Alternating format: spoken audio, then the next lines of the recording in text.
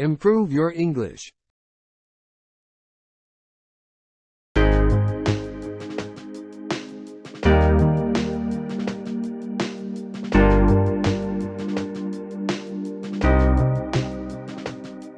Reading practice. A kind of longing. Part 2. He turned and looked up the road. There was a house near the top of the hill. He half walked, half rode the bike to the farm gate. They would let him leave his bike there, surely. He stopped by the back door and turned off the engine.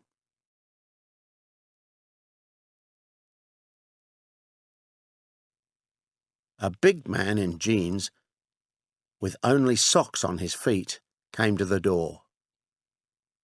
Roy felt the farmer looking at him, deciding about him, while he explained. "On your own?" "Yes." "Just a minute," the farmer said, and got his boots. They put the bike in one of the farm buildings, and Roy felt better about it. "Lucky it happened there," the farmer said. "That's true," said Roy, "and lucky it was the back wheel."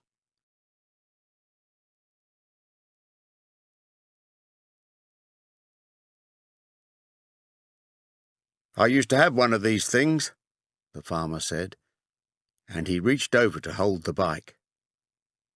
He seemed to be looking back in time. "It'll be safe here," he said. Roy took out the fish and gave it to him. "Well, he's a big one," said the farmer. "We'll keep him for you." "No," Roy said. "Give him to the cook." "Do you think I'll get a ride this time of day?"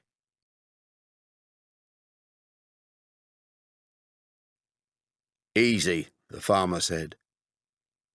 "One of those cattle trucks is what you need. Take you all the way to Westfield." The first 2 or 3 cars did not matter. But then he knew he had a long walk in front of him. Most people did not even slow down before they decided not to take him. He was halfway up the second long hill, and it was quite dark when he heard the first cattle truck.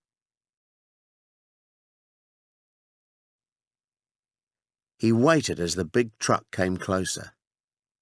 Then he saw the driver's face looking at him, and he remembered it when the truck had gone.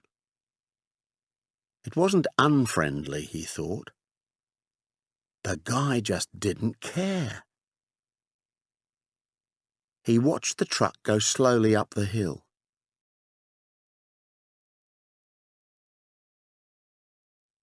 He started to walk again.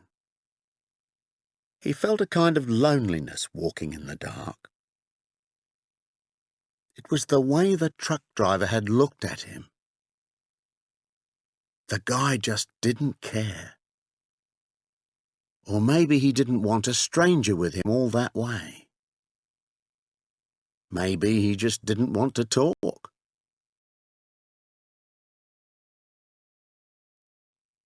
More cars passed, but he didn't even try asking for a ride anymore.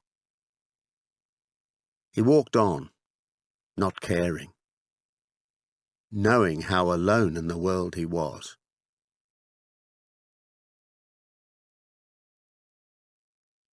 He had walked perhaps another 5 miles when he heard his favourite sound.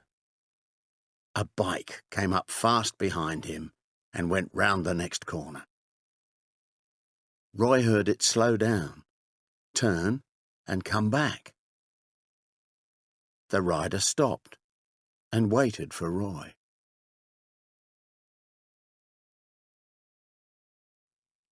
It was a big modern bike.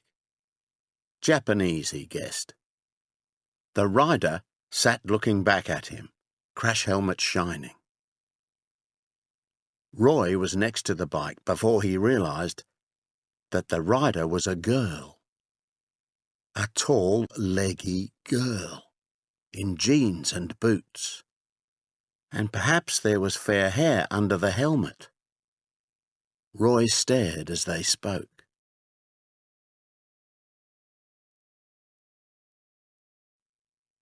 "Well," she said, "talking about it won't get us home?" "Sure," said Roy. His ears were getting hot under his crash helmet. He climbed up behind her, and they were off.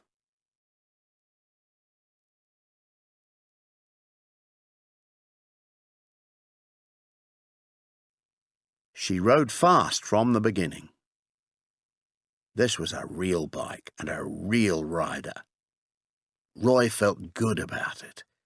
Good to be on wheels again. Good that somebody cared enough to stop.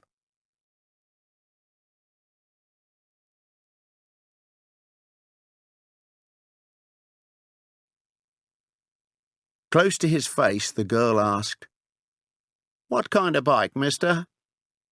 "Norton, 500cc. "Front wheel or back?" "Back." "Not so bad," she said. "Better back than front any day." "Sure," Roy said. He wanted to talk to this girl, but he could not get the words out.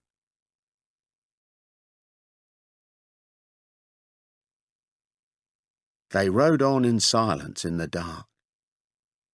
She knew about bikes all right. With a guy, it's easy, Roy thought.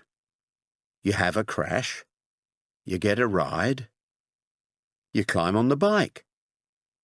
You don't even notice that he can ride it well. But this is a girl, and she knows what she's doing. That doesn't mean you can't talk to her, he told himself. You've seen girls before, man. Her voice came back to him. "Where have you come from, mister?" "Pukatia Valley." "Yes? How was the fishing?" "Not bad," Roy said, before he had time to wonder at her question.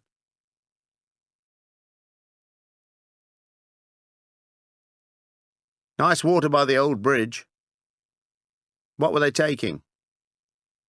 "Black Nat," he said. And there was more than wonder. He felt that hot pain behind his eyes.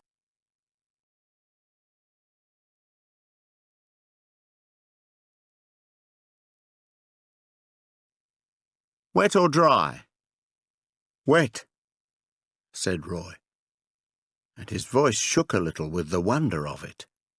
And in his heart he felt an ache that came from a kind of longing. This was the girl he'd been longing for all his life. A tall, leggy girl who rode a 750cc Suzuki and knew about fly fishing. For a while they rode and did not speak. Then, back on Straight Road, the girl said close to his face, "My brother caught a 6-pound fish under that bridge one year." "Really?" Roy was beginning to understand. "How long ago was that?"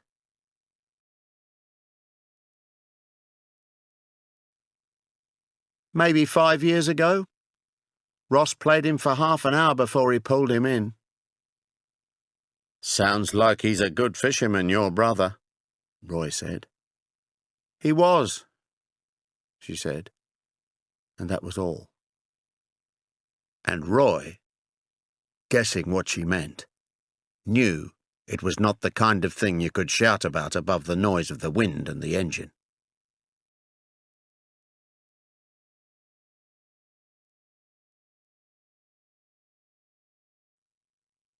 After a few miles, the girl said, "My name's Kay, mister." Roy said his own name. It sounded strange to him. "Well, Roy, you going to buy me a cup of coffee when we get to the next town?" "Sure," Roy said. "Sure thing, Kay."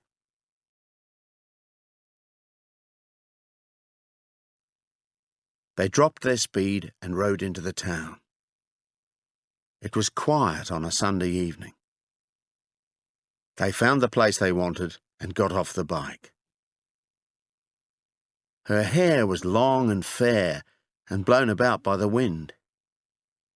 In the coffee shop he saw her face for the first time, and he felt that kind of longing from way back. And he sat down beside her, knowing what it was.